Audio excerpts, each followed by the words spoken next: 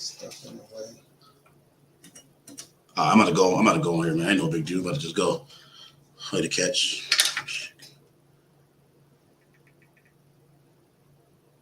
Yeah, you got to get that banner pulled down.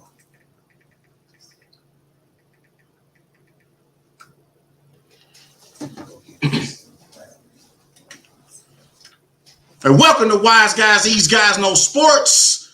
Here live on this Monday, April the 3rd, in the house with your boy Trey Larkins on the Wise Guys Sports Show. Everybody go and follow Wise Guys on Twitter at Wise Guys _H. Also on Facebook, Wise Guys. And be sure to follow Wise Guys on Instagram at These Guys Know Sports. It's the national championship tonight in Houston. It's the San Diego State Aztecs.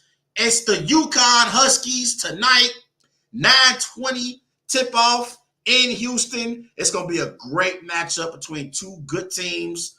I'm so excited for the matchup tonight. It's been some great college basketball over the weekend. Friday, Caitlin Clark and Iowa, they advanced to the championship, and LSU did beat Iowa yesterday in the national championship. So shout out to the LSU women's basketball team for winning the national championship. And, you know, amazing accomplishment from that program, for sure. Amazing accomplishment. And, man, it's just a great time for basketball, great time for some college basketball and company. So I got an action jam-packed show before the game tips off tonight. I'm going to talk about the Dallas Mavericks and their current struggles. Also, I'm going to talk about later on the show the LA Chargers. They hired Kellen Moore a while back. I wanted to talk about this a while back, but I couldn't get into it. But it's something definitely I want to get into now. And also later on the show, I'm going to also talk about the Ben Simmons in the Brooklyn Nets. Ben Simmons is out for the remainder of the season, so he's going to be out.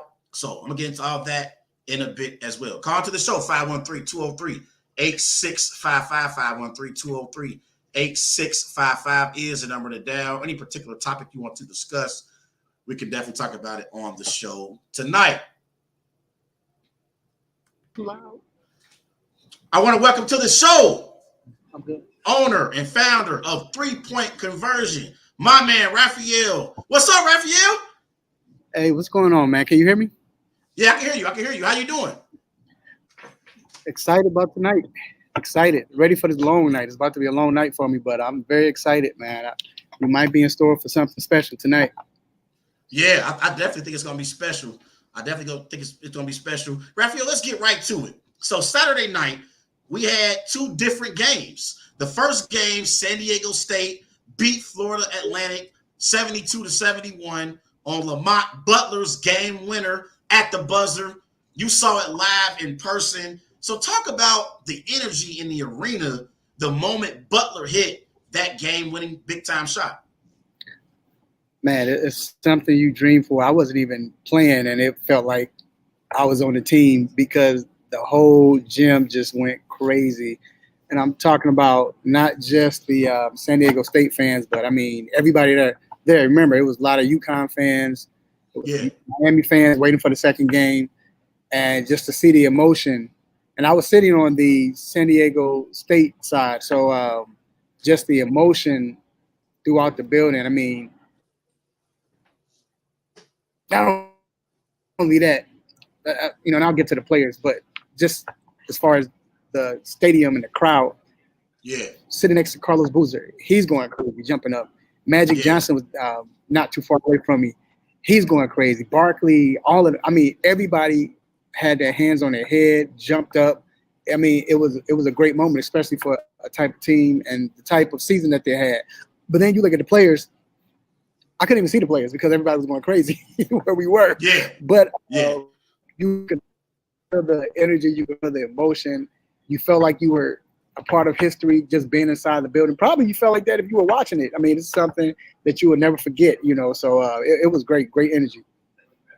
So, Raphael, San Diego State trailed by as many as 14 points in the first half against Florida Atlantic. They cut the lead to 7 at the half. What was something that was a key for them in the second half, being able to overcome a 7-point deficit at halftime? Well, believe it or not, it was the technical foul that Micah Parrish received when he elbowed my man from Florida Atlantic. And I don't know if you remember, like the technical, and they hit 2 free throws, put them up by 14. After that, that's when Micah Parrish came back, hit 2 big 3-pointers. Then from there, you started to see the confidence happen. You started to see Ladie come in and hustling, and it seemed like he had 28 points and 15 rebounds, which he didn't. He had 13 points, but he was always around the ball, rebounding. They were hustling. They were playing great defense. So it was really that technical foul. I actually had a chance to speak to Micah Parrish and ask him about that, and he said, he was like, yeah, it just felt like, he was like, once I got that technical, which I understood, he was like, once we got into the huddle, everybody just locked in. It's like it was a spark. So it got him refocused, and that was the key. And San Diego State, their best player, Raphael, is Matt Bradley. Bradley had 21 points, 6 rebounds, and Jaden Ladie had 12 off the bench. The Aztecs had 27 points off the bench as a team. How important is it for them to have production from their bench? I mean, of course, it's very important, because what if your starters don't play well? Then, in case, like you just mentioned, you have Jaden Ladie, you have other players that come in and score for them, just to pick them up while they get their confidence back. You kind of saw that in the game Saturday night. Matt Bradley had a nice game, but everybody else, they were struggling. It seemed like they were a little tentative at first. And actually, Matt Bradley, he kind of slowed down in the second half. But hence, you got Ladie coming in and the rest of your bench coming in and picking him up. So, especially playing against UConn right now, because if you don't want to get to a point where, let's say if San Diego State have a bad shooting performance in the first half or early on with the starters, you can't get down by more than 14 points. Just because, yes, I know the defense is great, but when you're playing against a team like UConn, who is hot right now, you can't afford to match them point to point. You know, yes, they can play defense, but you don't want to be down 12 or 14 points early in this type of game. So you need your bench to come in and uplift the starters, especially against UConn. For sure, Raphael. He's the owner and founder of the 3-Point Conversion. Go and follow my man Raphael Haynes on all social media platforms. Raphael, Florida Atlantic, they had an amazing run. Finished 35-4 and was 1 game short of the national title game. Do you believe a run like this in the NCAA tournament will help their program be able to recruit some top players and become a legit powerhouse basketball program moving forward?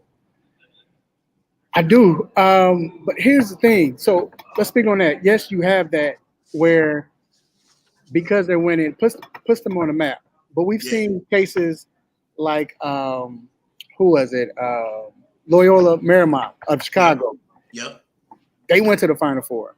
Yep. But after that, you really hadn't heard too much about them. Yes, they might have had a few players go there that weren't thinking about going there, but now still the same thing.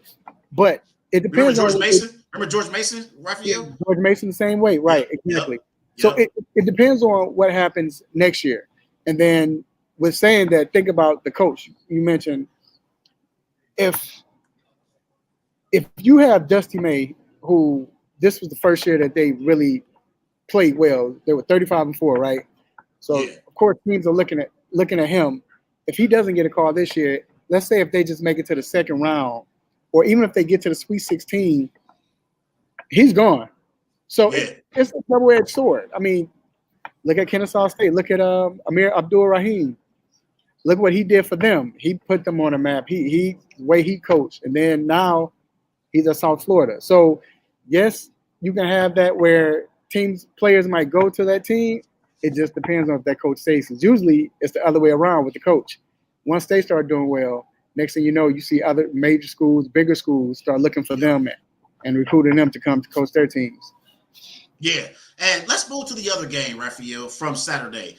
The other game was never in doubt Saturday night in Houston. UConn completely shut down Miami, Florida, held them to only 32% shooting and only 35% from three-point range. What was the key in the Huskies' defensive game plan to contain those shooters from Miami?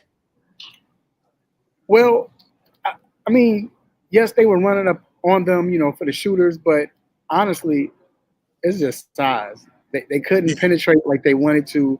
Wong had an off night because he had an off night. And then when he tried to get to the basket, of course, like I said, when you got size like that, you got a Donovan Clingan, you got a Adama back in the paint that's either blocking shots or altering shots.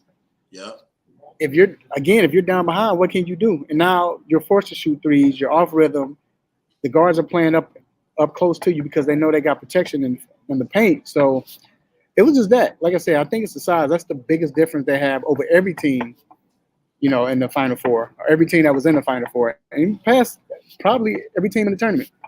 And that's what makes UConn great, Raphael, because they run you off the three-point line. They also got great rim protection as well. So I think defensively, that's the reason why they have an opportunity to win their 5th championship in history tonight, because of their defense, not necessarily their offense. It's their defense. And I think that's where they make their name for themselves as a program.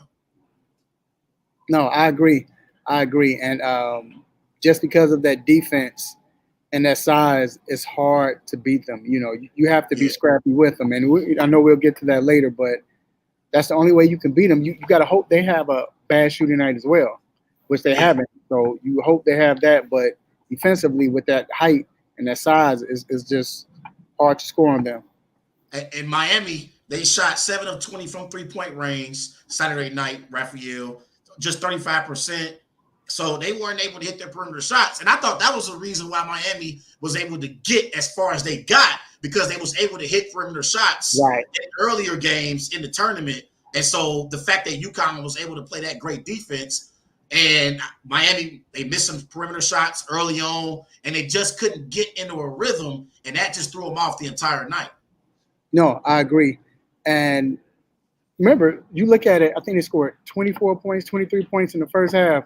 Second half, they scored 35 points. But by then, it's too late. You can't match UConn point for point. It doesn't work. They tried to go on a few runs. It looked like they were about to go on a few runs in the second half, but UConn, they're just too big. They dominated the boards, just too big.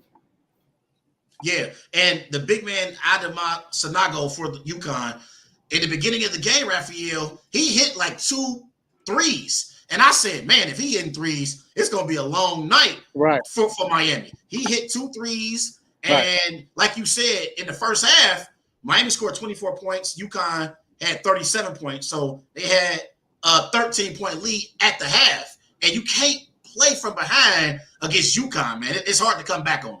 It's hard to come back on them, for sure.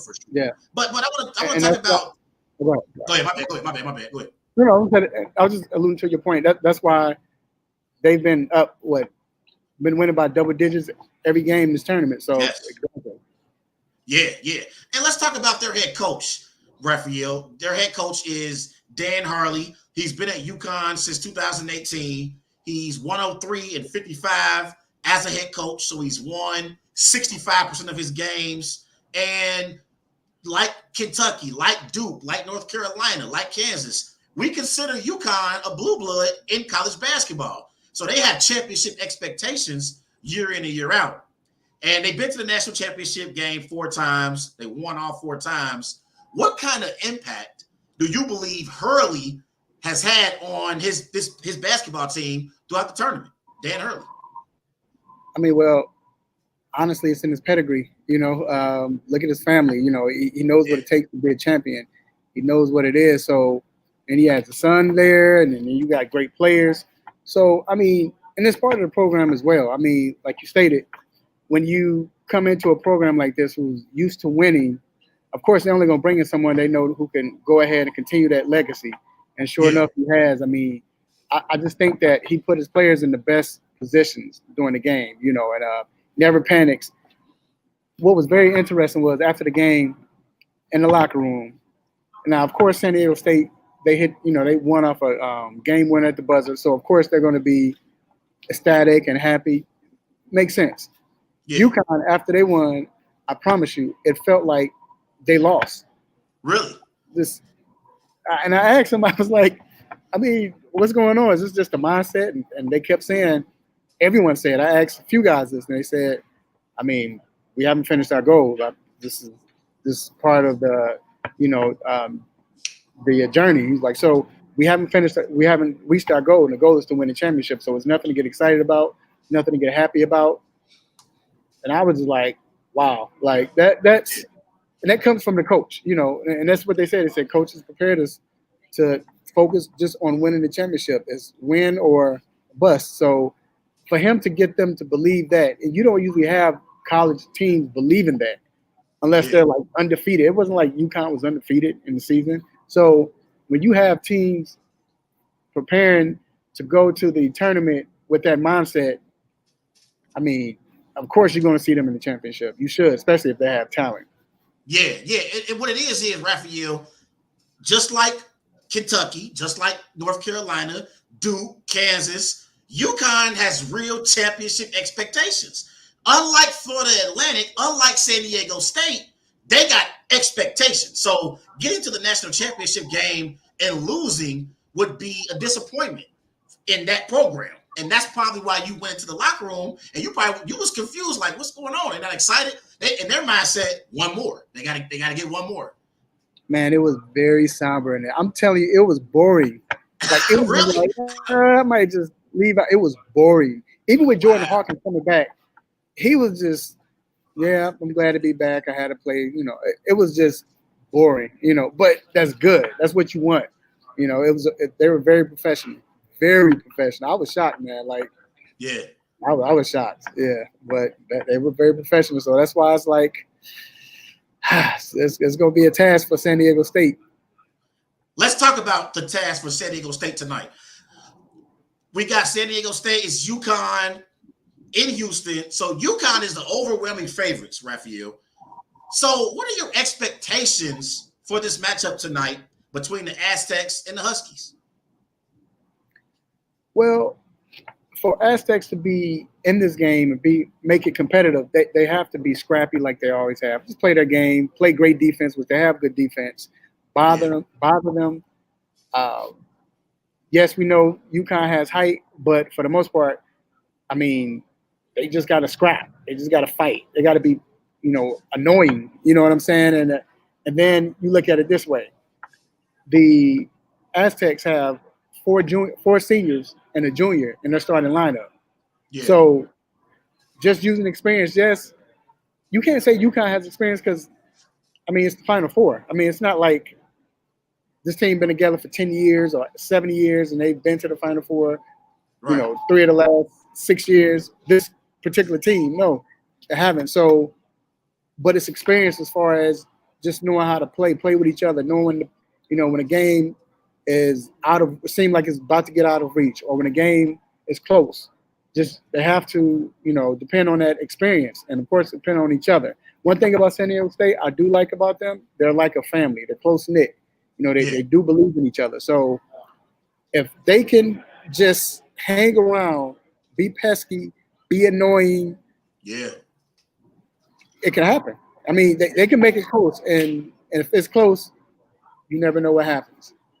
And you spoke about this earlier, Raphael. UConn, they have won all 5 of their games in this tournament by double digits. So I thought about this earlier as I was thinking about the game. San Diego State, their last 2 wins have been by a combined 2 points.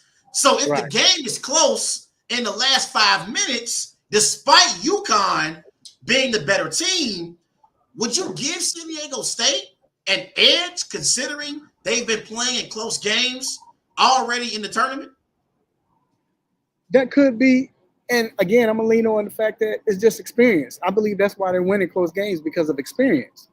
Yeah. I mean, in these days, how many teams you have in the Final Four that has 4 seniors and 1 junior starting in their starting lineups?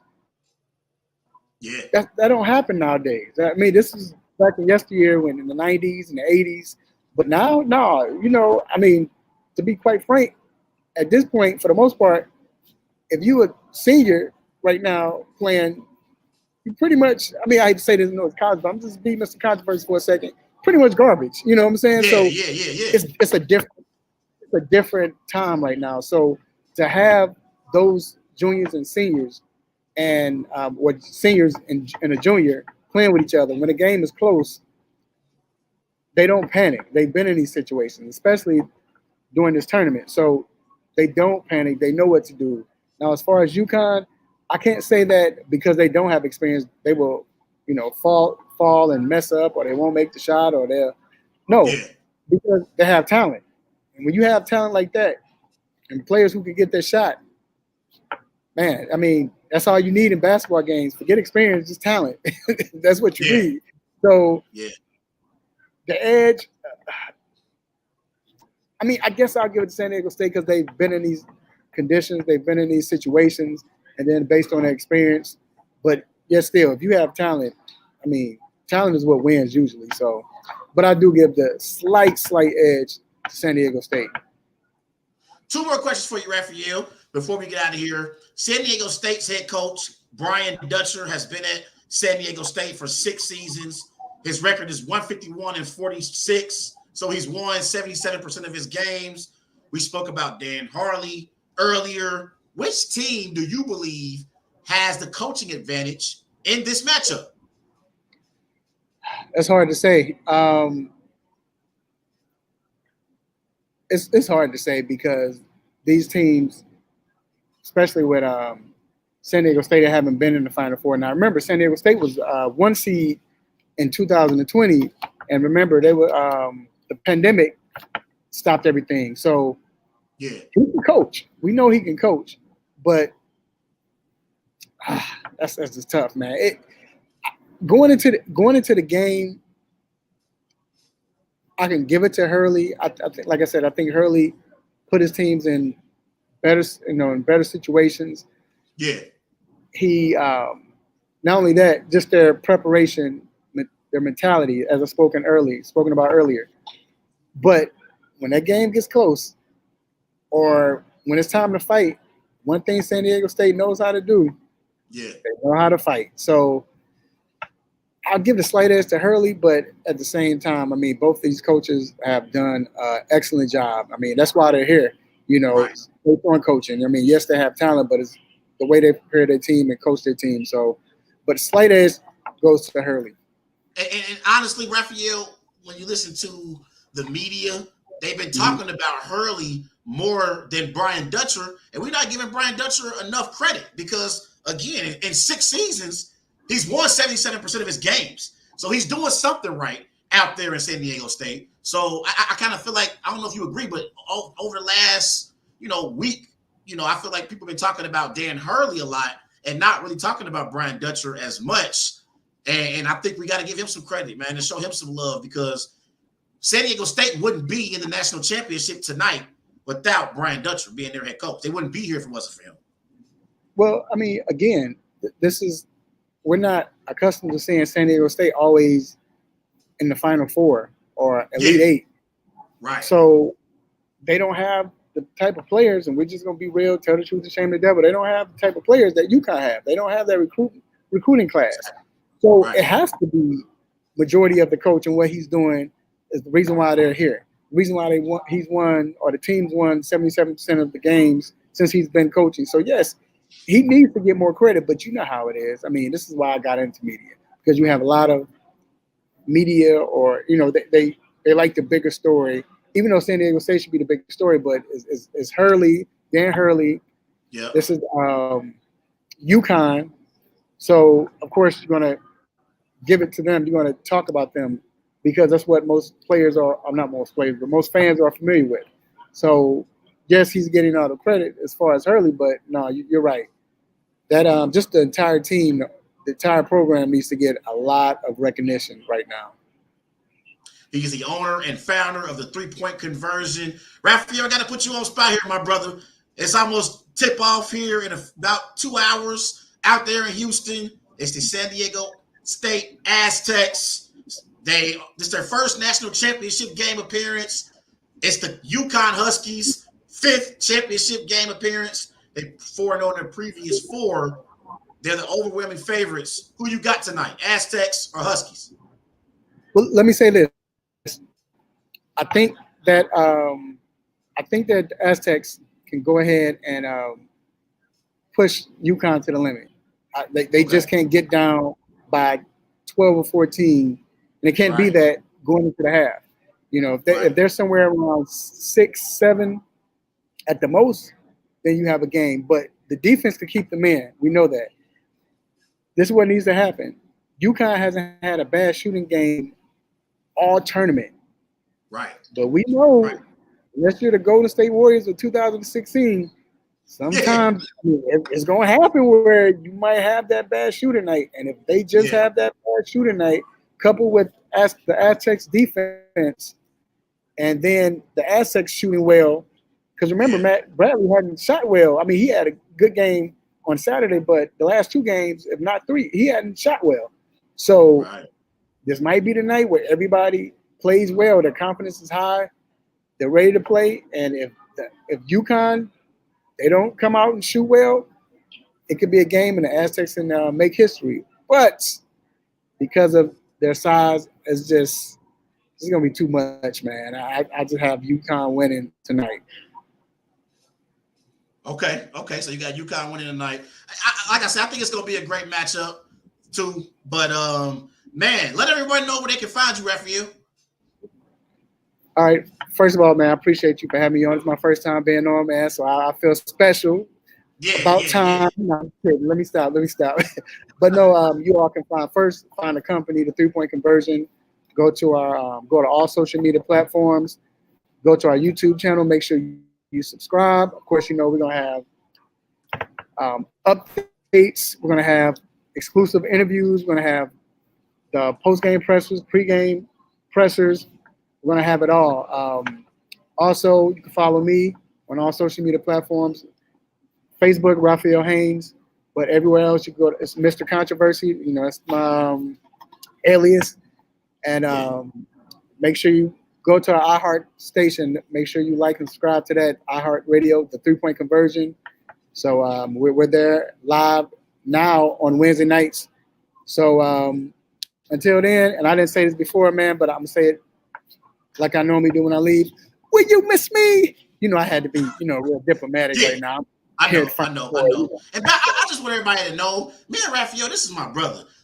And he love the Bears. I'm a Packers fan, but this is my brother. And we actually got a relation. We actually good friends outside of all this media stuff. So I always got to call Raphael during football season because I'm a Packers fan. He's a Bears fan. And now Aaron Rodgers is probably on his way to Chicago. So maybe your Bears might have a chance in the NFC North. Maybe they got a chance in the NFC North moving forward because Aaron Rodgers been y'all kryptonite.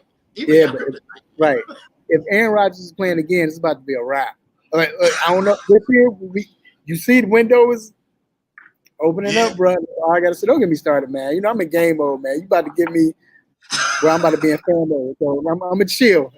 Yeah. I'm gonna definitely bring you on, man. We got a lot of other things to talk about, man, because I want to talk about the NBA playoffs and a lot more with you for sure, man. So I appreciate you coming on tonight. Everybody go and follow the 3-Point Conversion on all social media platforms. Raphael doing his thing, man. So I appreciate you coming on, brother. And I'll be in contact. I'll give you a call tomorrow. All right. Appreciate y'all. Thank you for having me, man.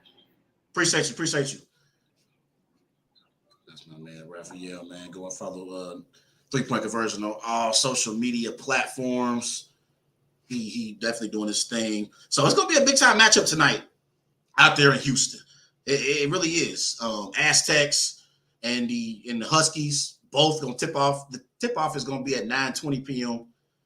in Houston. So it's going to be a great matchup. Definitely a great matchup. Everybody go and follow Wise Guys on Twitter at Wise Guys. Also on Facebook, Wise Guys. And be sure to follow Wise Guys on Instagram at These Guys Know Sports.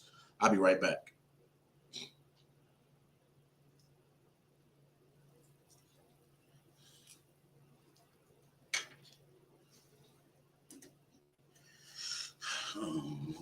Because I got to. You take a commercial break? I normally do, but the way it's set up tonight, I can't really. It's kind of hard to explain. The mouse ain't working. Can you connect it? Or try to, it'll be. Oh, I took it out because I had. Oh, you ain't got no. Yeah. It's one over here. Can I? This should work. Okay. I forgot to unplug it. Not yet. No, it ain't working. It's one over here. Yeah, A USB. about that.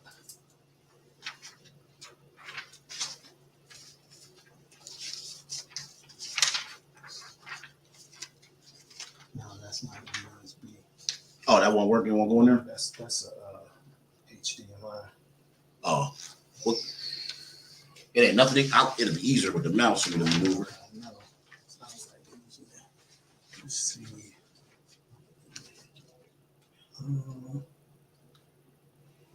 Okay, what is this? So we can throw that back over here. What is this?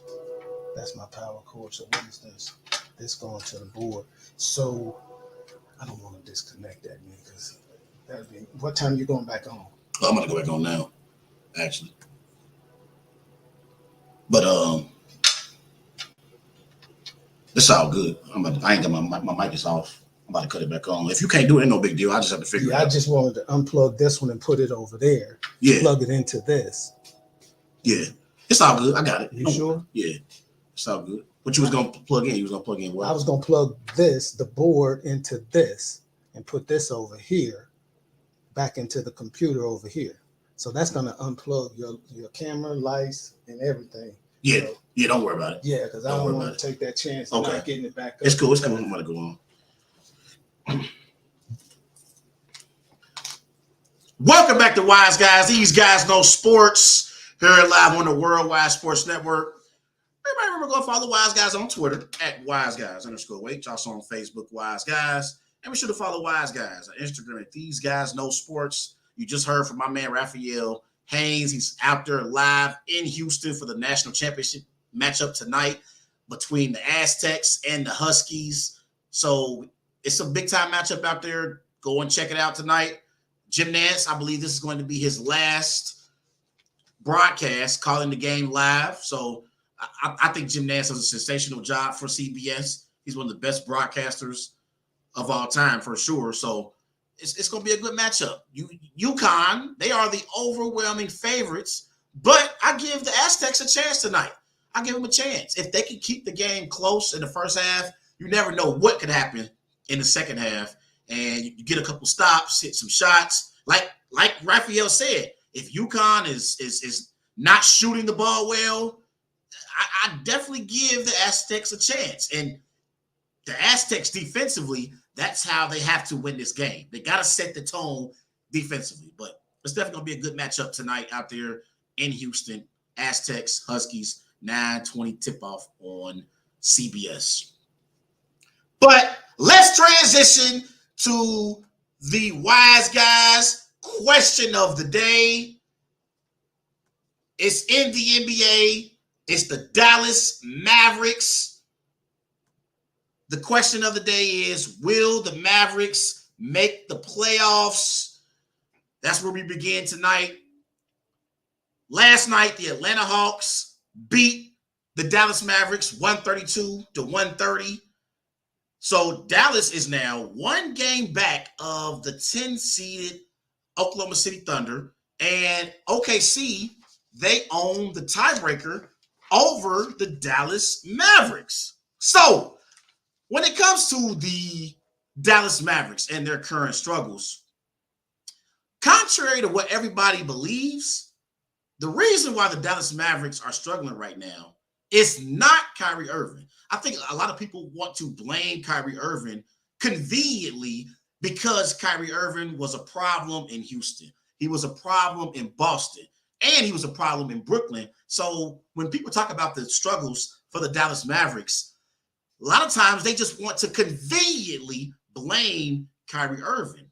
But so far, since Kyrie's been in Dallas, Kyrie Irving's averaging 26 points per game on 51% shooting from the floor.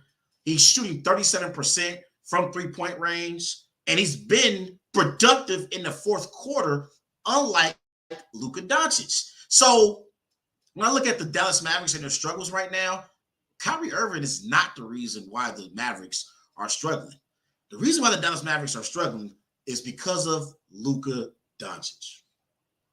Luka Doncic, he's about to become the first player since LeBron James and the 2004-2005 season, in a season where he scored 2,000 points, had over 500 rebounds, 500 assists, and did not make the playoffs. The last player to do that was LeBron James in the 04-05 season. And the reason why I believe that Luka is the issue right now in Dallas is because he played with Kristaps Porzingis. That didn't work out. He played with Jalen Brunson last year. Mark Cuban, Jason Kidd, for whatever reason, they decided to allow Jalen Brunson to walk in free agency. And now Luka is struggling with Kyrie Irving. Luka Doncic and Kyrie Irving this year, in games they've played together, they've won 31% of their games. 31%. And that's the worst by all-star teammates in a season since 1976-77, with minimum 10 games played.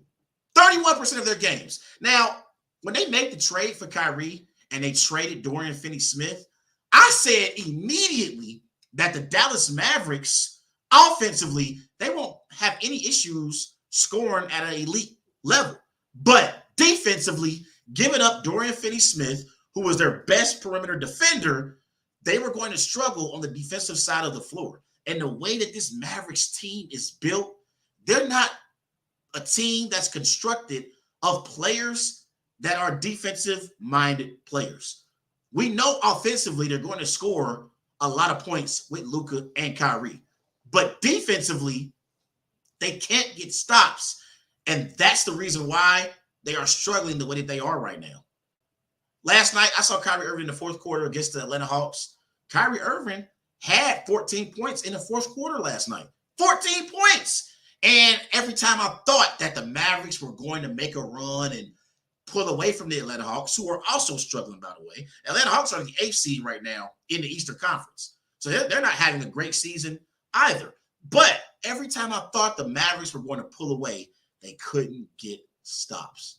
They couldn't get stops. And the reason why I believe that Luka Doncic is the main person to blame in this Mavericks organization right now is because as great as Luka is from a statistical standpoint, we don't really know if Luka Doncic is a team first player. We know individually Luka Doncic is one of the best players in the NBA.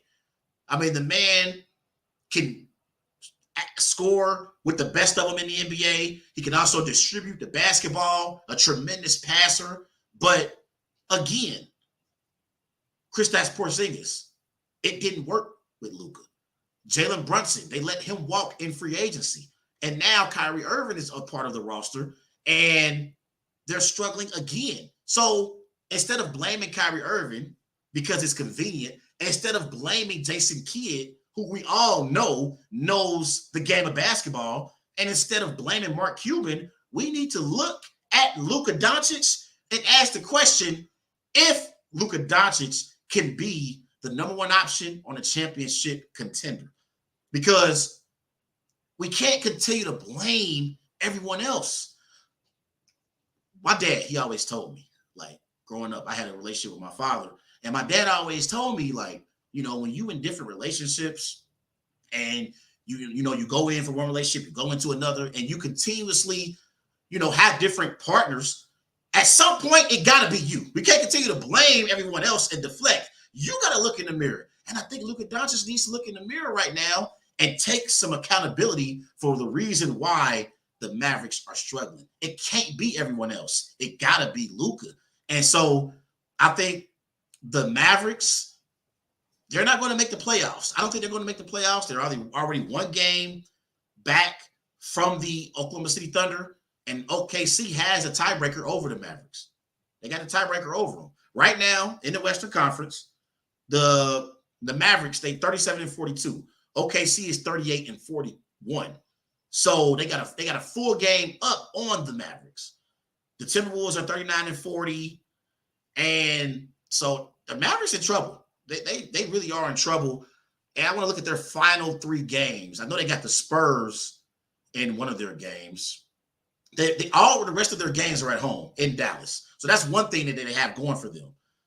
They are Wednesday, they are home against the Kings. That could be a potential loss. Kings been having a good season. Kings are the number 3 seed right now in the Western Conference. And then Friday, they're home against the Bulls.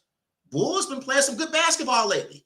We know that as a dynamic duo, DeMar DeRozan and Zach LaVine can score at an elite level. So that could be a loss for the Dallas Mavericks. And then Sunday, they finish up against the Spurs. I pray they can beat the Spurs. That's a must-win for the Mavericks. They got to beat the Spurs Sunday in Dallas. But in order for them to make the playoffs and make the play-in, forget about the playoffs, to make the play-in, they got to go 3-0 over their final 3 games. They got to beat the Kings, Bulls, and Spurs to have a chance at making the play-in. And if they don't make the play-in and they miss the playoffs, all the questions in the offseason about whether or not they're going to re-sign Kyrie Irving is going to start. We know Kyrie Irving wants to go to LA. He wants the team back up with LeBron James. So if you're the Mavericks, you got to do everything you can to try to bring Kyrie Irving back. You got to do everything you can. So I think the Mavericks, they definitely in trouble and they got to figure some things out. Everybody go and follow Wise Guys on Twitter at WiseGuys_. Also on Facebook, Wise Guys. And be sure to follow Wise Guys on Instagram at These Guys Know Sports. Coming after the break, I'm going to discuss the LA Chargers hiring Kellen Moore. I'll be right back.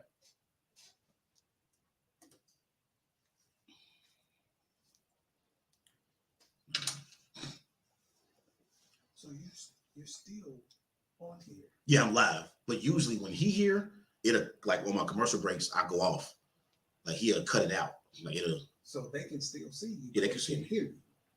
No, they can't hear me because yeah. But they can still see you. Right. So Yeah. what do you do to do that? To get off the air until you come back on. Start talking. Well, because we got the setup different tonight, I'm gonna just stop talking on here, and just when I come back, I'm gonna just go back in. And the guy who you just heard, Speedy, when he edit my audio, he gonna edit all that dead air out. Yeah. Because it's dead air right now. Right.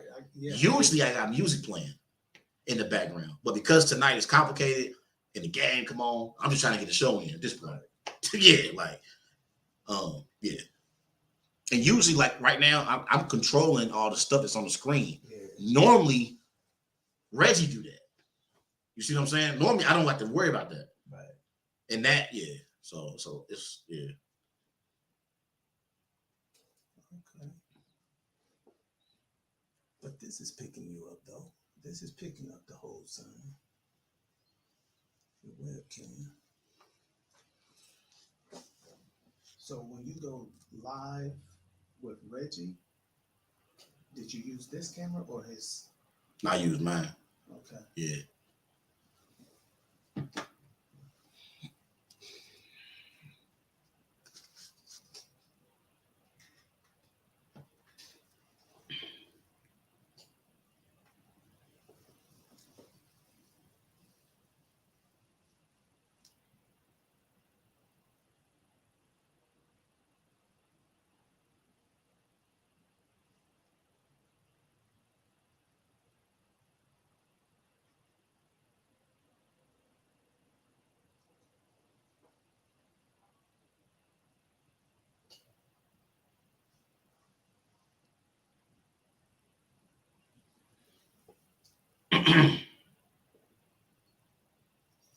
So you said someone else does your audio? Yeah.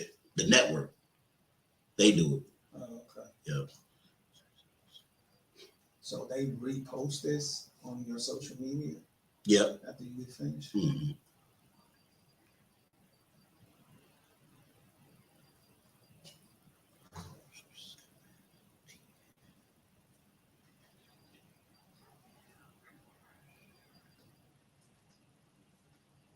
All right, we'll go back. And welcome back to Wise Guys. These guys know sports. Here live on this beautiful Monday, April the 4th. Or April the 3rd. I'm sorry, April the 3rd. I don't know why I thought it was the 4th. I've been having fourth on all my papers I've been filling out today. April the 3rd. Everybody go follow Wise Guys on Twitter at WiseGuys_H. Also on Facebook, Wise Guys. Be sure to follow Wise Guys. Instagram at These Guys Know Sports. Let's transition to the NFL and let's talk about the LA Chargers, as the LA Chargers recently hired Kellen Moore, as Kellen Moore and the Dallas Cowboys mutually agreed to part ways. And so this happened a while back. So I'm a little late on this, but I've been wanting to talk about it. But there's been so much stuff going on in the NFL with NFL free agency and the NFL draft coming up. I haven't had a chance to talk about the Chargers hiring Kellen Moore. So I believe the Chargers hiring Kellen Moore was a great move for Kellen Moore and the LA Chargers. Let's start off with Kellen Moore and why this is a good move for Kellen Moore. The number one reason why this is a good move for Kellen Moore is because you're going from Dak Prescott to Justin Herbert. Justin Herbert is a better quarterback than Dak Prescott is. So now Kellen Moore will get an opportunity to coach and put together a game plan around a quarterback who doesn't have limitations. I say it all the time. From a physical talent standpoint, Justin Herbert is one of the best in the NFL. He's one of the best in the NFL. He has tremendous arm strength, and his velocity on his throws is great. He also has great athleticism as well. I really, really like Justin Herbert. Now, I know Justin Herbert doesn't have a playoff win on his resume, but Justin Herbert is better than some other quarterbacks who actually have playoff wins on their resume, Dak Prescott included. So for Kellen Moore, upgrading at the quarterback position and now going from Dak Prescott to Justin Herbert is a win for Kellen Moore. Now, when it comes to the Chargers and why I believe that this is a win for the LA Chargers, let's go back to the playoff game against the Jacksonville Jaguars for the LA Chargers.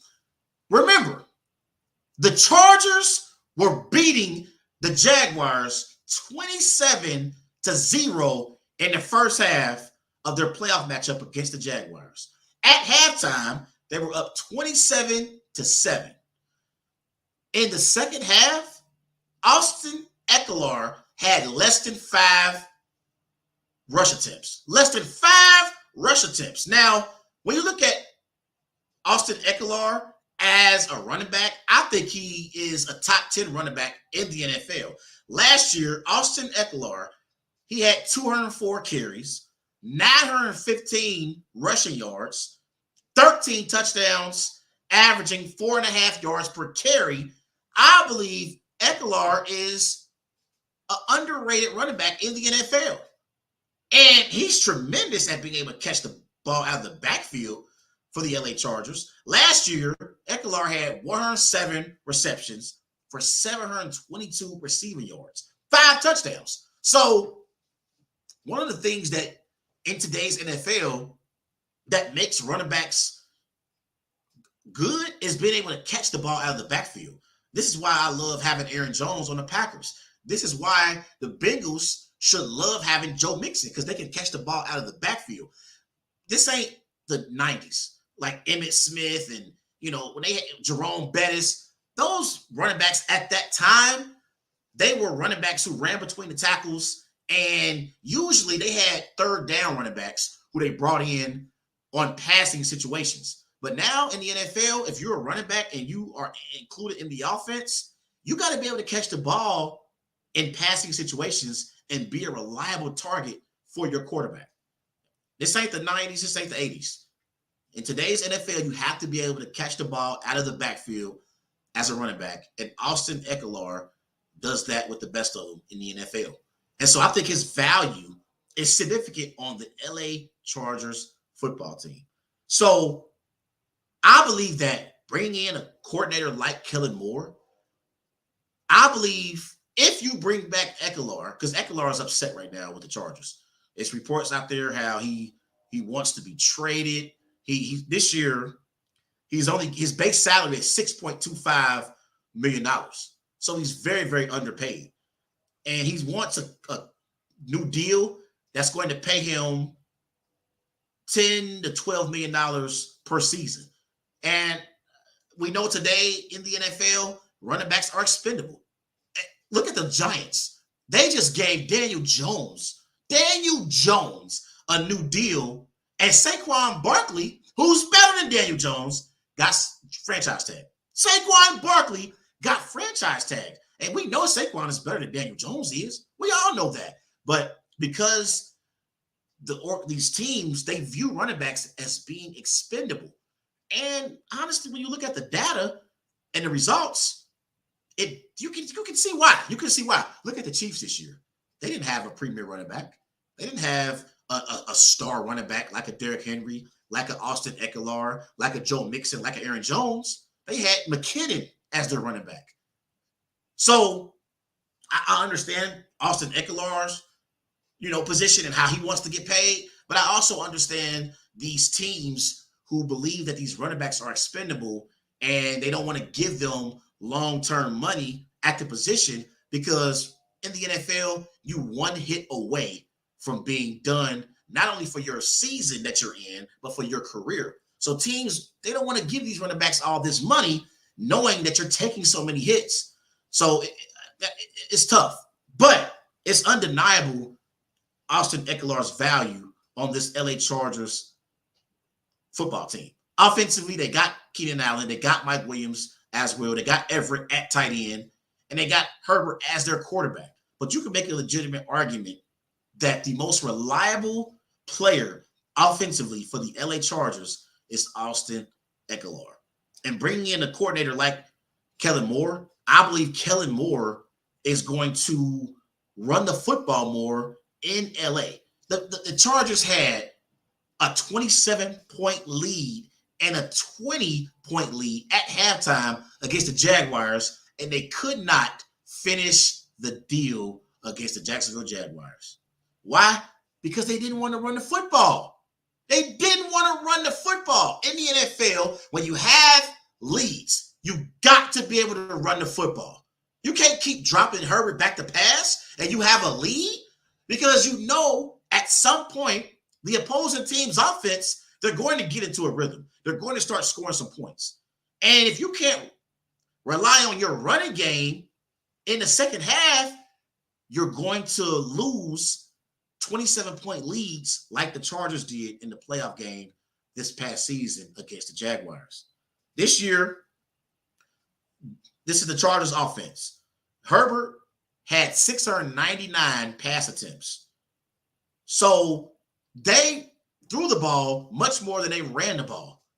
And you got to be able to run the ball if you want to be effective. You can't just drop back the pass and be one-dimensional. That was one of the issues that I had with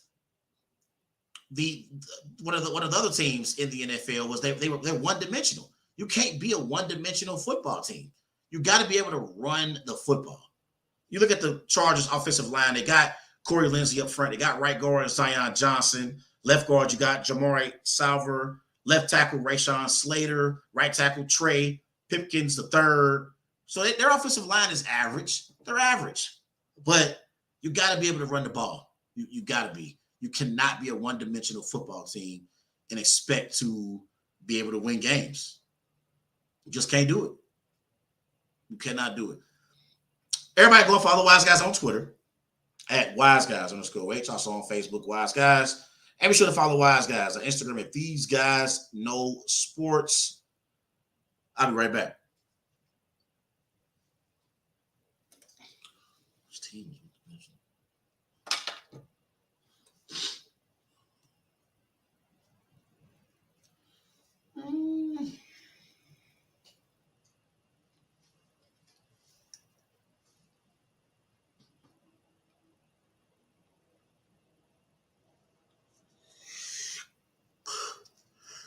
Oh, man.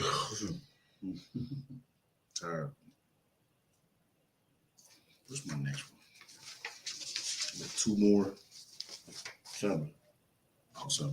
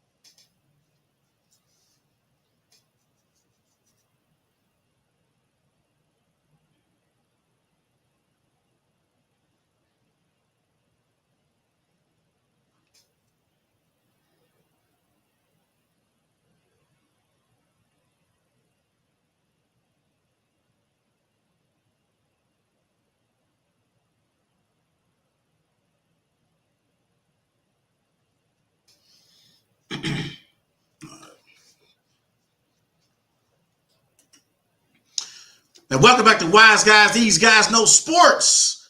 Here live on the Worldwide Sports Network. Everybody remember go and follow Wise Guys on Twitter at WiseGuys_H. Also on Facebook, Wise Guys.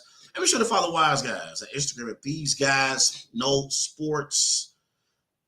Let's transition back to the NBA and let's talk about Kevin Durant. As Kevin Durant, he was recently speaking with The Athletic, and he was talking about his legacy. So I want to read this quote from Kevin Durant, speaking with The Athletic. This is KD. He says, quote, "I don't care about legacy. I used to want to carve out a lane or space in this game for myself that people can remember, but it's become too much of a thing now. It just becomes too much of a focus on other people. What's he done? Comparisons. Before, when we wasn't doing all this debating, I cared about it. I'm about to be in the same breath as these top guys. It was big. Nowadays, I truly, truly don't care.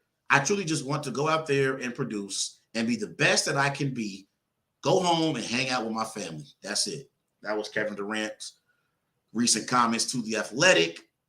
So when it comes to Kevin Durant and whether or not I'm buying him not caring about his legacy anymore, I'm not buying it from Kevin Durant.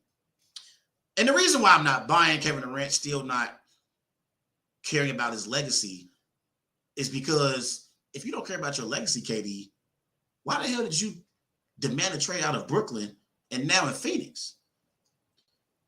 We all know that Kevin Durant, when he departed Oklahoma City for the Warriors, the year prior, the Warriors were 73-9. They were one Kyrie Irving game-winning shot away from winning back-to-back NBA championships.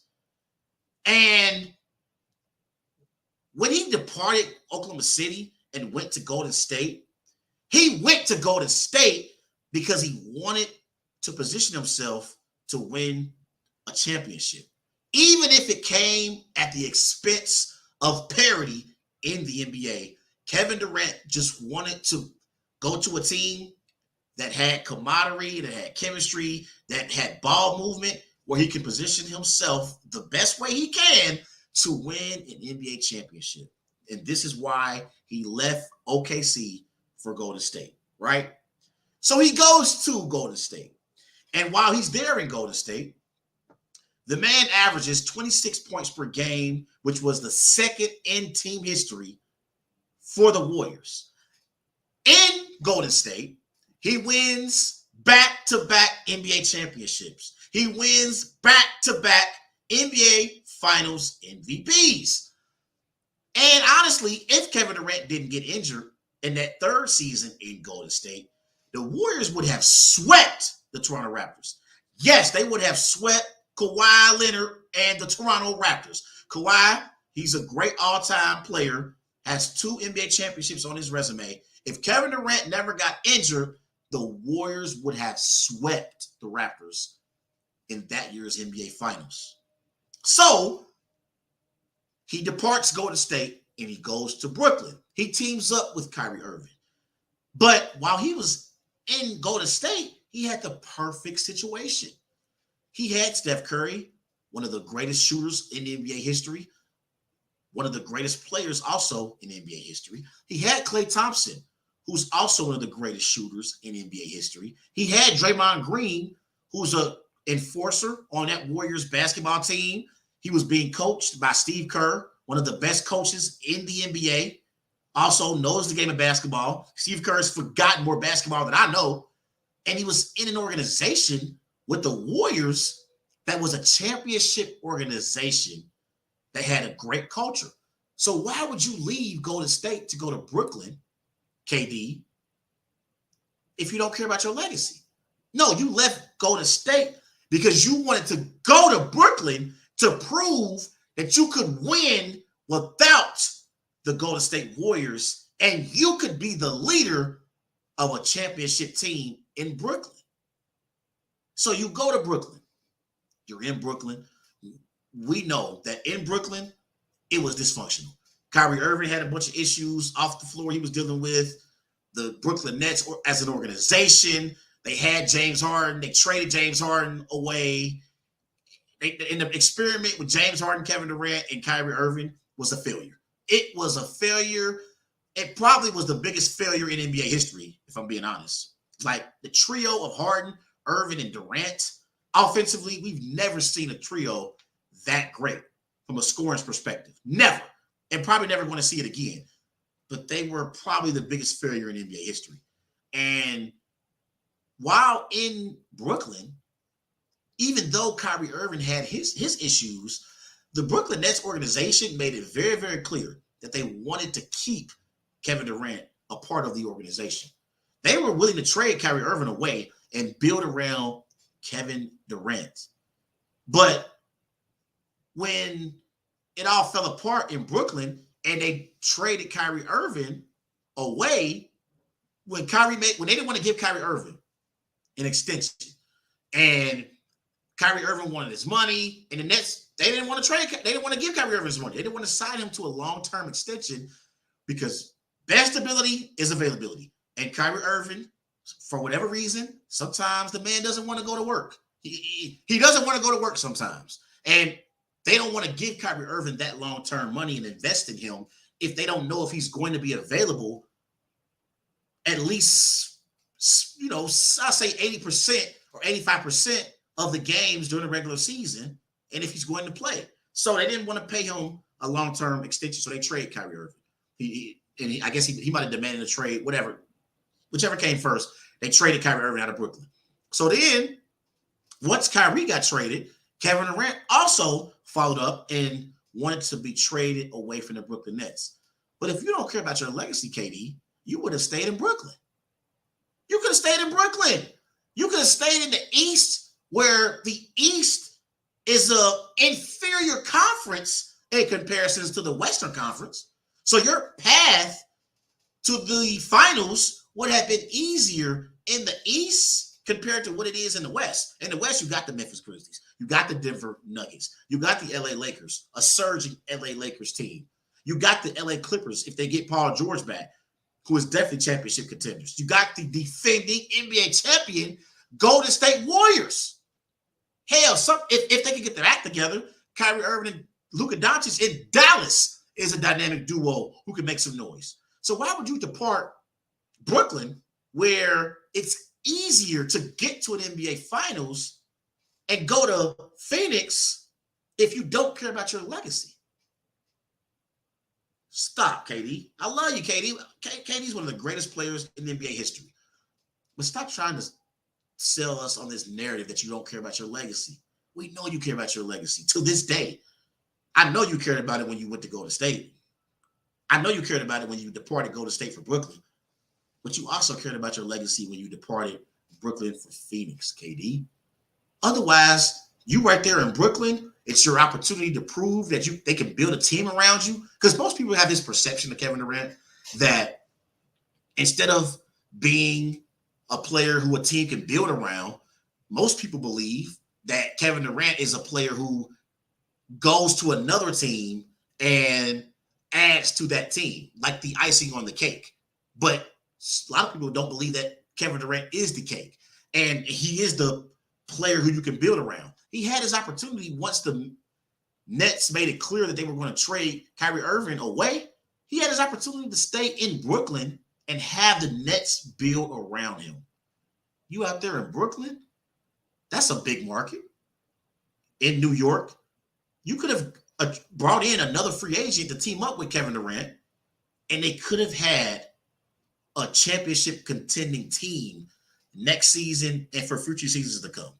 But you wanted to depart Brooklyn and go to Phoenix because you know that Phoenix gives you a better chance at being able to compete for a championship this season. The man is one of the greatest players in NBA history. He probably is the most efficient scorer in NBA history. While he was with OKC, Kevin Durant, he averaged 27 points per game. That was ranked first in team history. He goes to Golden State. He averages 26 points per game. That was ranked second in team history. He goes to the Nets, averages 29 points per game. That was ranked first in team history. And check this stat out. I just saw this. In his last 25 games that he's played in, Kevin Durant is 23-2. This includes while he was still in Brooklyn. Remember, in Brooklyn, Ben Simmons was inconsistent, barely played. Kyrie Irving wasn't reliable. And in his last 25 games, Kevin Durant is 23-2. I think he's still one of the best players in the NBA. He's arguably the greatest scorer in NBA history. And he's the most efficient scorer in NBA history. But KD, stop trying to sell us on this idea that you no longer care about your legacy. Because if you no longer cared about your legacy, you would have never departed Brooklyn for Phoenix. Everybody go and follow Wise Guys on Twitter at WiseGuys_H. Also on Facebook, Wise Guys. And be sure to follow Wise Guys on Instagram at These Guys Know Sports. Speaking of the Brooklyn Nets, coming out the break, I'm going to discuss Ben Simmons being shut down for the season by the Brooklyn Nets. I'll be right back.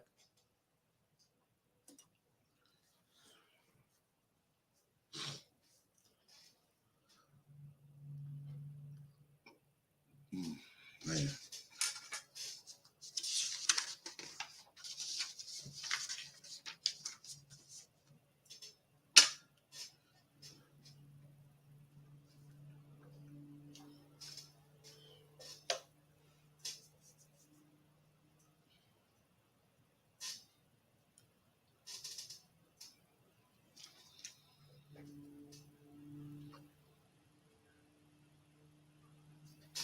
That's what I meant to talk about.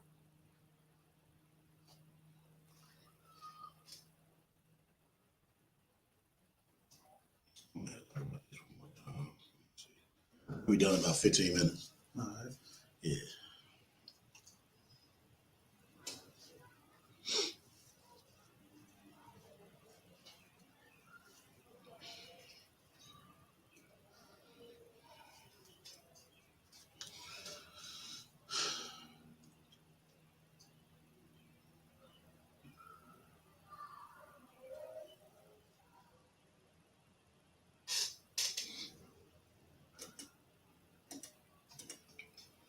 And welcome back to Wise Guys. These guys know sports. Here live on the Worldwide Sports Network on this Monday, April the 3rd, in the house with your boy Trey Larkins.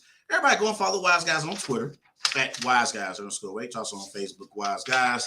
And be sure to follow Wise Guys on Instagram at These Guys Know Sports. Don't forget, tonight we got the national championship game in the NCAA tournament, 9:20 tip-off in Houston. It's the San Diego Aztecs. It's the Yukon Huskies for the rights to win the championship tonight. It's going to be a great matchup. I just had my man Raphael Haynes on earlier from the three-point conversion. Go and follow the three-point conversion on all social media platforms. So definitely excited about the national championship game tonight. Let's transition and let's get back to the NFL real quick. And I want to elaborate on some things that I talked about earlier. This is something that I've been wanting to speak about, but there's been a lot going on in the NFL with the NFL free agency. And now we got the NFL draft coming up. There's been a lot going on, so I haven't had an opportunity to talk about this. But it's the LA Chargers, and I talked about this a little bit earlier. So the LA Chargers, they recently hired Kellen Moore as their new offensive coordinator. And Kellen Moore and the Cowboys reached a mutual decision to part ways following the season. So everyone's talking about, is this the right move for the Chargers? Is this the right move for Kellen Moore? I believe that this is a win-win for Kellen Moore and the LA Chargers. Let's start off with Kellen Moore and why his departure from the Cowboys and him going to the Chargers is a better situation for him individually as a coach. I believe that this is a better situation for Kellen Moore simply because you're going from Dak Prescott to Justin Herbert. And from a physical standpoint and talent standpoint, Herbert is better than Prescott is. Now, I know Justin Herbert doesn't have a playoff win like Trevor Lawrence, like Dak Prescott, like Lamar Jackson. But Justin Herbert, in his own right, is one of the most talented young quarterbacks we have in the NFL. And I believe that when you go from a Dak Prescott to a Justin Herbert as your quarterback, now Kellen Moore can expand his playbook because unlike Prescott, Herbert doesn't have any limitations as a quarterback. He doesn't have any limitations at all. And for his career, Justin Herbert has 94 touchdowns, 35 interceptions, 14,089 passing yards. He's completed 67% of his passes. And I think from a talent standpoint, he's one of the best. So I think because Kellen Moore is going from Dak Prescott to Justin Herbert, and that's an upgrade at the quarterback position, I think it's going to help Kellen Moore be able to really, really open up his playbook. It's going to really, really help him out for sure. Now, when it comes to the LA Chargers, and why I believe that this was a home run hire for the LA Chargers is because remember last year in the playoff game against the Jaguars, the Chargers had a 27-point lead at one point in that game, and they lost the game. They had a 27-7 lead at the half. And in the second half, for whatever reason, the Chargers decided not to hand the ball off to Austin Ekeler. And that was an issue for the Chargers all year last year. All year, for whatever reason, the Chargers did not want to run the football with Austin Ekeler. Last year, the Chargers, they averaged 90 rushing yards per game. That was ranked 30th in the NFL. And it doesn't make any sense because Austin Ekeler is a top 10 running back in the NFL. And you look at what he was able to do last year from a stat standpoint. Last year, Austin Ekeler, he had 204 carries, 915 rushing yards, averaging 4.5 yards per carry, 13 touchdowns. That was running the football. But he also was a great pass catcher out of the backfield and a reliable receiver for Herbert in the Chargers passing game. Last year, Ekeler had 107 receptions, 722 receiving yards, 5 touchdowns. So I don't understand why the Chargers did not include Ekeler more in their game plan in the second half against the Jaguars. And that's the reason why they lost a 27-point lead. I think bringing in a coordinator like Kellen Moore, he's going to help the Chargers establish the running game more with Ekeler, and I believe it's going to help their offense as an entire offense because now you won't be one-dimensional. Last year, they were one-dimensional. Justin Herbert, he had 699 pass attempts last year. So they were one-dimensional. And you can't be a one-dimensional football team and expect to be a contender. That was one of the issues that I had with the Tampa Bay Buccaneers last year.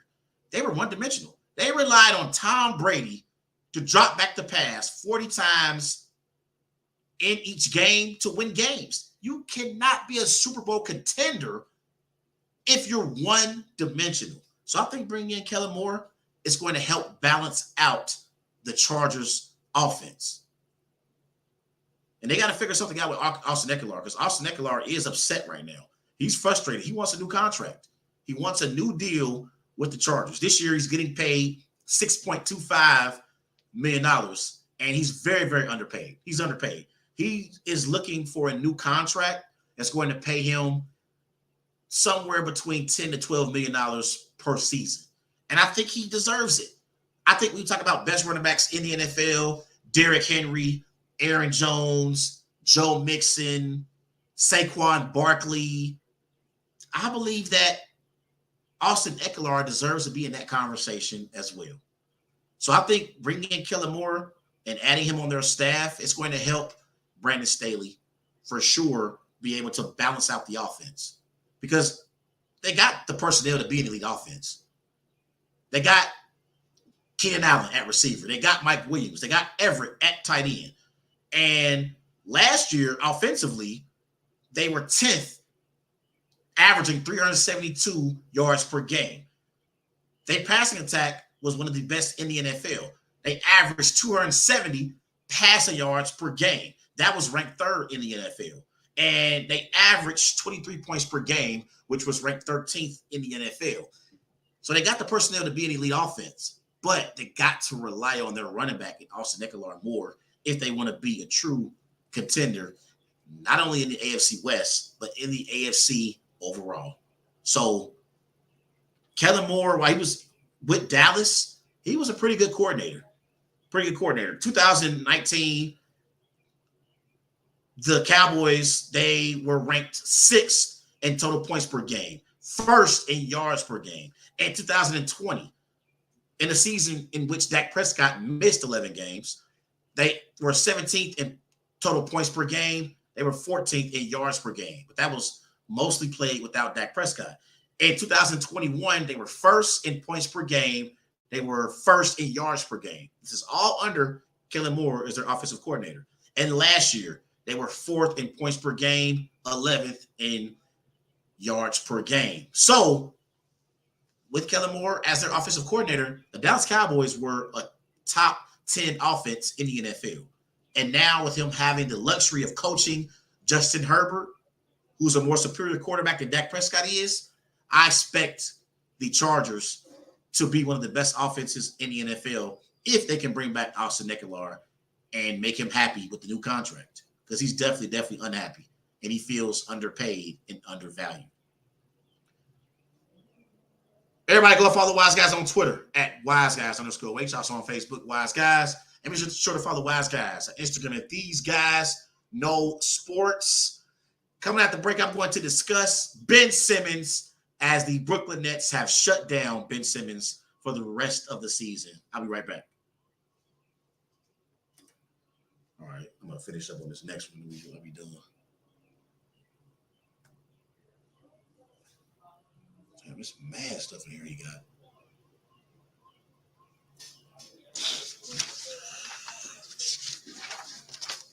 I appreciate you for showing up tonight, man.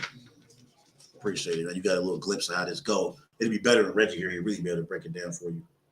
Show you. Yeah, he has some different equipment. Yeah.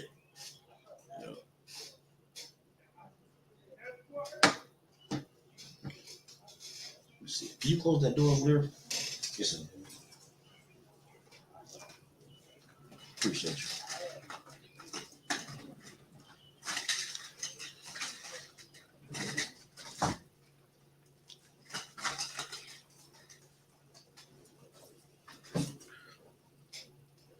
And welcome back to Wise Guys. These guys know sports.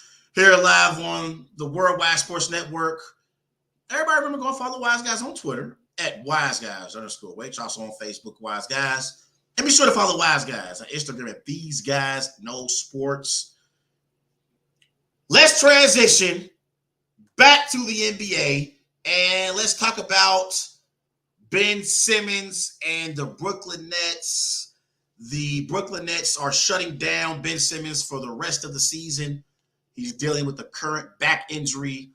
And Jacques Vaughn, speaking about Ben Simmons, he said, after consulting with our doctors, multiple specialists, he's just going to begin a rehab program. That was Jacques Vaughn, Nets head coach, on Ben Simmons. So my reaction to the Nets shutting down Ben Simmons is I'm not surprised.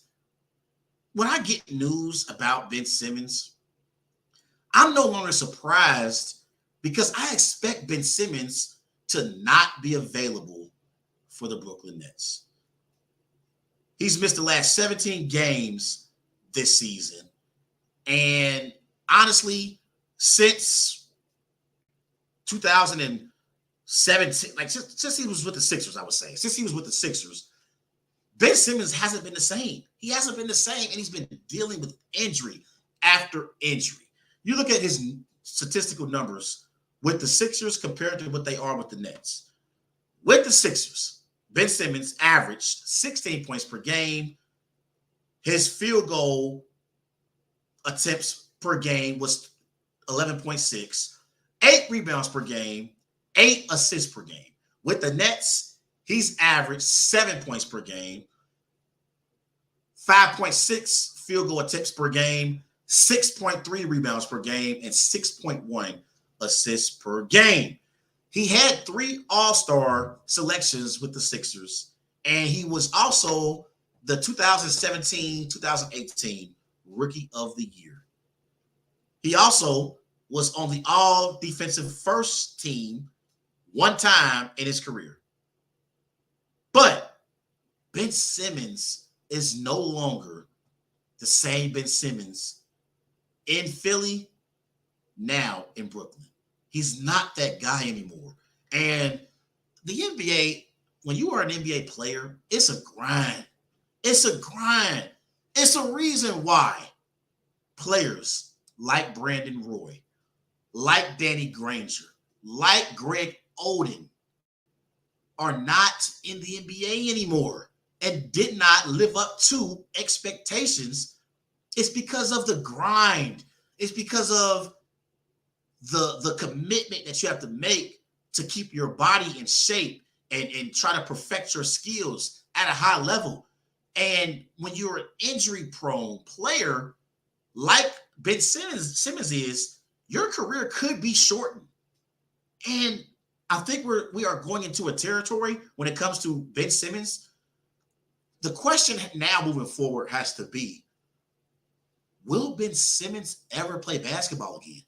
We got to start asking that question because it's like he's no longer invested even when he does play. Even when he plays, he's no longer invested like he was in Philly. With the Nets, he hasn't been invested, and the Nets are paying him a lot of money. Look, check this out. Ben Simmons, over the next 3 years, this season, Ben Simmons got paid $35.4 million from the Nets. Next season, he's going to get paid $37.9 million from the Nets. And the 2024-2025 season, he's going to get paid $40 million from the Brooklyn Nets. He'll be a free agent in 2025. And I'm looking at this contract. This is the worst contract in the NBA. This is the worst contract in the NBA. He's getting paid a lot of money with no production and no availability. And we all know, what's my saying? I always say it. Your best ability is availability. Whether you at any job, any sport that you participate in, your number one job is to show up. You got to show up. And if you don't show up, then your job or teams in sports, they don't want to invest in you. And the Nets have made an investment in Ben Simmons that I know that they are currently regretting. Like, this contract is terrible. It's terrible. And again, sometimes players in the NBA, they don't have a long shelf life. They don't have a long shelf life. They may have the talent, but they don't necessarily have the durability to be successful. And that's the problem with Ben Simmons right now. And he's trending down a dark path. He really, really is. Now, he's getting paid a lot of money. But when I say dark path, I'm talking about his basketball career. Nothing else. Anything outside of basketball, I'm not talking about. I'm talking about strictly his basketball career. And like I said, I just named a few players: Brandon Roy, Greg Oden, Danny Granger. Hell, I'll throw Yao Ming there. Players who did not live up to expectations because of their injury issues. That's the path that Ben Simmons is trending towards. And it's amazing when you look at the Brooklyn Nets as a franchise. This was the opening game of the season for the Brooklyn Nets. They had Kyrie Irving, Ben Simmons, Royce O'Neal, Kevin Durant, and Nick Claxton. The only player who started the season with the Brooklyn Nets and is still currently on their team, who was in their starting lineup, is Nick Claxton. He's the only player that's currently playing right now on this Nets team. And the Nets, honestly, in the Eastern Conference, they are a sleeper. They need Ben Simmons. I think they are the 6th seed in the Eastern Conference right now. So when the playoffs start, they're going to match up against the Philadelphia 76ers. And I know Ben Simmons wants revenge against his former team. Unfortunately for him being shut down for the season, that's not going to happen. And he's trending down a dark path from a basketball standpoint. And I don't know if he's going to be able to recover from that.